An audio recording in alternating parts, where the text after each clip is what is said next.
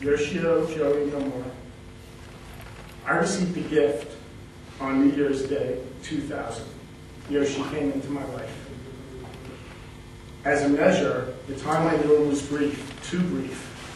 As a measure of substance, Yoshi touched my life, the lives of my friends, and the lives of my family, and their friends. His touch, no matter how brief, had impact. There's no one whose life Yoshi touched that was not moved by his kindness, his insightfulness, honesty, and goodwill. He brought goodwill and a game spirit to everything he did. Yoshi had a worldly insightfulness, no prejudice. Sometimes he became frustrated with my own limited, New York-centric view of the world, but he never judged me for it. With his insight and perspective, he had the ability to hold a mirror up to my soul so I could see my own limits of kindness and my own prejudices. And while I didn't want to accept the ugliness in myself, Yoshi just always did accept. It's just the way you are, he'd say. Sometimes I thought him an angel sent here to make people happier. He made people happier by entering the room. His deep understanding of humanity transcended the many countries and cultures he called his home. The traditions of the places he lived were very important to him, and he celebrated them readily and without reservation. When he lived in New York, I used to visit his home on Thanksgiving night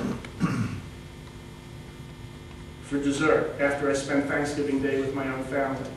I look forward to sharing that dessert at his home with him and his friends and his family every year he was in New York. He loved his gadgets, whether it was Zappy scooter, which was way ahead of his time, his Jeep Wrangler, his Fryer, his shabu shabu stuff, woodpecker cider, of course. He shared his time and spirit easily and generously. He was an active participant in life. He brought passion and enthusiasm to everything he did. When my niece's high school put on a Scottish dance, Yoshi, jet-lagged and just back from London, came dressed in a leather kilt and his colored mohawk haircut and gave it his all. He was the talk of Mountain Lakes, New Jersey high school for weeks. That was a great evening. He was wise behind his years. He was wise beyond his years. He always did right. He was a man who acted out of love, generosity, and fairness. I know he was often frustrated with people and unfairness, but he didn't react to it in kind. Yoshi is one of the few younger men I look towards as a mentor. I often quote him or use lessons that I learned from his example to guide actions in my life.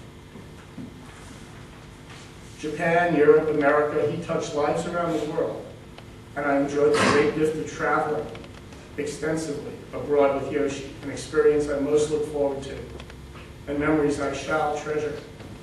I'm a richer, more powerful person for having known him. Death is not supposed to come like this. We're not supposed to lose a man so young. The void is black, the loss all too real.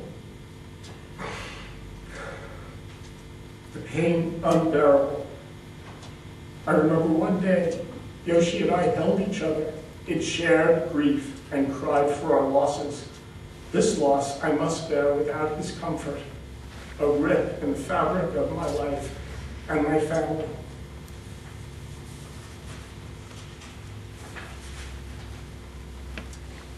I loved him, I mourned him, he was my best friend. To his mate, his parents, his brother, and all of you that called him friend, I mourn with you. Yoshi, the memory's sweet. I shall honor the lessons and treasure the memories of my times with him for all the days of my life. I can see him in my mind's eye. He will not slip quietly away. I shall not look upon his light again.